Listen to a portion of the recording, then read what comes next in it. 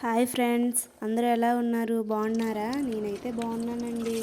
మీరు ఎలా ఉన్నారో కామెంట్ చేయండి. మా అమ్మ ఊరు వెళ్ళింది. మా నాన్నకి నాకు కర్రీ చేసుకోమంది. అందుకోసం నేను ఎగ్ కర్రీ చేశాను. మా అమ్మ దగ్గర నేర్చుకున్నాను. చూడండి ఎలా చేశాను. ఎగ్స్ని బాయిల్ చేసుకున్నాను. బాయిల్ చేసుకున్న తర్వాత వాటిని పీల్ చేసి పక్కన పెట్టేసాను. తర్వాత ఏమో ఆయిల్లో కొంచెం పసుపు, కొంచెం సాల్ట్ వేసేసి బాగా అందులో అందులో ఎగ్స్ వేసేసి బాగా ఫ్రై చేస్తాను. తర్వాత ఏమో అది తీసిన తర్వాత ఉల్లిపాయలు వేసాను. ఉల్లిపాయలు వేసేసి వాటిని ఫ్రై చేశాను. అందులో కొంచెం జీలకర్ర, సరిసవులు ఆనియన్, తెల్లుల్లిపాయలు ఉంటాయి కదా, వాటిని కూడా వేసేసి బాగా ఫ్రై చేశాను. ఫ్రై చేసిన దాన్నేమో ముందుగానే నేను టమాటా పళ్ళుని మిక్సీ కొట్టుకొని ఉంచుకున్నాను. వాటినేమో ఈ వేగిన ఉల్లిపాయలు దీంట్లో వేస్తాను.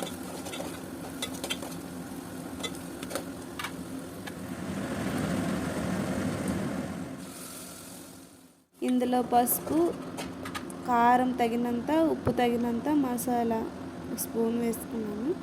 మేము ఇంట్లో తయారు చేసుకుంటాం ఈ మసాలా. కారం అన్నీ మేము ఇంట్లోనే ఆడించుకుంటాం.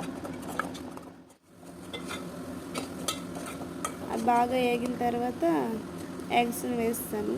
అది కొంచెం అటు ఇటు కలిపేసి అందులో వాటర్ వేసేసి ఉడకబెట్టుకోవడమే. ఆ టమాటా అనేది పచ్చిదనం పోవడానికి.